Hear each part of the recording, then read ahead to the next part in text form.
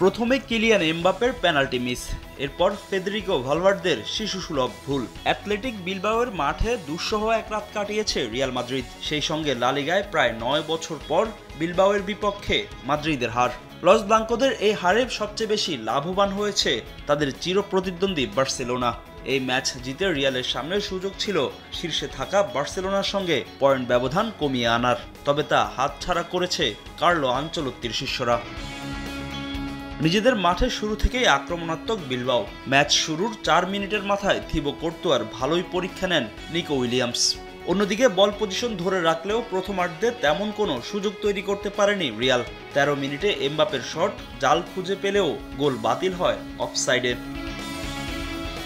দ্বিতীয়ার্ধে সফলতার দেখা পায় বিলবাও। স্বাগতিক সমর্থকদের আনন্দে ভাসান অ্যালেক্স বেরেনগুয়ের।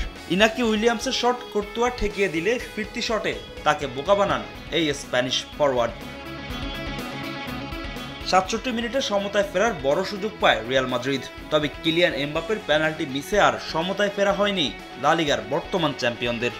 অর্ধেক পাউডারে দ্বিগুণ উজ্জ্বলতা, নতুন রিন অ্যাডভান্সড অর্ধেক পাউডারে দ্বিগুণ উজ্জ্বলতা। ৭৮ মিনিটে স্বস্তির বাতাস রিয়াল শিবিরে।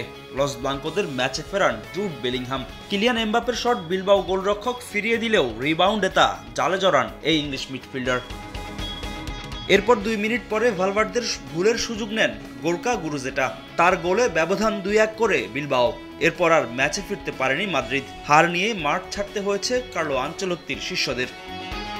রিয়ালের এই হারে লা লিগার পয়েন্ট টেবিলের লাগামটা নিজেদের হাতেই রাখল বার্সেলোনা। ১৬ ম্যাচে ৩৭ পয়েন্ট নিয়ে শীর্ষে বার্সা, ১ ম্যাচ কম খেলে রিয়ালের পয়েন্ট ৩৩। ফাহিম ইসলাম, সময় সংবাদ।